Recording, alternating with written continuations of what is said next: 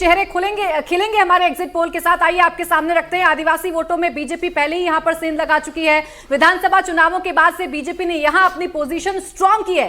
कांग्रेस यहां खेवनहार के बिना नाव चला रही है। लोकसभा की सीटों पर इसका असर तो दिखेगा, मगर कितना? क्या बीजेपी छत्तीसगढ़ की 11 सीटों पर क्लीन स्वीप करेगी? और यह आंकड़ा आपके सामने आ गया है। देखिए 10 से 11 सीटें, यानी कि यहां पर भी clean sweep Bharatiya Janata party कर सकती है। भूपेश बघेल की भी सीट जा रही है। राजनांदगांव की स्थिति वहां पे बहुत क्लोज फाइट है, लेकिन राजनांदगांव बीजेपी के लिए बहुत सेफ सीट रहा है। हम लोग भूल रहे हैं कि वो रमन सिंह का अपना सीट है वहां पे, और बहुत सेफ सीट है। भूपेश बघेल ने एक चैलेंज जरूर लिया था कि हम, चूंकि वो चुनाव हार के आए थे, तो उन्होंने अपने सेंट्रल लीडरशिप को दिखाना था कि हम चुनाव जीत सकते हैं। वो फाइट अच्छा करें, क्लोज कॉन्टेस्ट है, बट संभवतः वो पीछे रहेगा।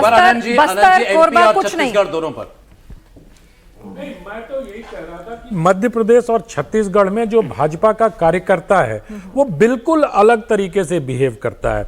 वहां अगर आप देखें तो संघ और भाजपा से जुड़े हुए लोग जो हैं वो रैलियों में जाने के लिए पेट्रोल अपने खर्चे से भरवाते हैं। उनका डिवोशन जो संगठन के प्रति है वो ये जीत दिला रहा है। इसमें ठीक है कि आपने जल से नल और क्या कहते हैं प्रधानमंत्री आवास योजना, ये सारे कर दे, लेकिन over the period of time में संघ ने मध्य प्रदेश और छत्तीसगढ़ में जो काम किया, आदिवासियों के बीच में वनवासी कल्याण आश्रम का जो काम है, ये सारे कामों को मिलाकर देखेंगे तो मुझे लगता है कि छत्तीसगढ़ और मध्य प्रदेश में मुझे नतीजे ऐसे ही एक्सपेक्टेड थे।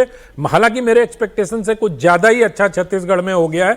मध्य प्रदेश तो मुझे लगता है 29/29 होगा। एक सीट वो थोड़ा संभल के, चूंकि पोलस्टर है तो थोड़ा संभल के दे रहे हैं, मैं तो उससे बच सकता हूं। वो माइनस प्लस में आप कितना देना चाह रहे हैं? नहीं, छत्तीसगढ़ ठीक है, छत्तीसगढ़ उनका बिल्कुल ठीक है। आनंद जी कह रहे हैं कि मैं संभल के कर रहा हूं, संजीव जी कह रहे हैं कि बहुत अति उत्साह में करें। इसलिए मैं कहता हूं कि पोलस्टर के लिए होता है इट्स मोस्ट थैंकलेस जॉब। कोई भी नहीं, अरे आज तो आपकी कांग्रेस को कौन सी सीट दिला रहे हैं आप? यही मैं पूछ रही थी, कौन सी सीट है? क्योंकि पिछली बार बस्तर से एक सीट जीती थी।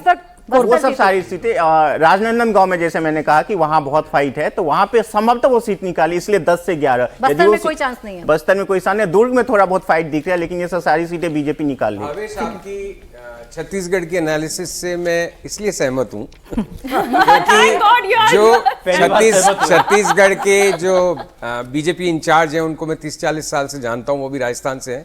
ओम माथुर तो मैं उनको परसों ही मिला था, उनका नी रिप्लेसमेंट हुआ है। तो उन्होंने मुझसे कहा कि हम 10 सीट के बारे में बिल्कुल कॉन्फिडेंट हैं, लेकिन जिस तरह से इलेक्शन के बाद भूपेश बघेल नर्वस दिख रहे हैं और बयान दे रहे हैं, तो शायद हम 11 की 11 ले आए। तो वो उनको मेरे से एक पॉलिटिशियन की तरह कहने की आवश्यकता नहीं थी। और एक और होपफुल आ सकती हैं 10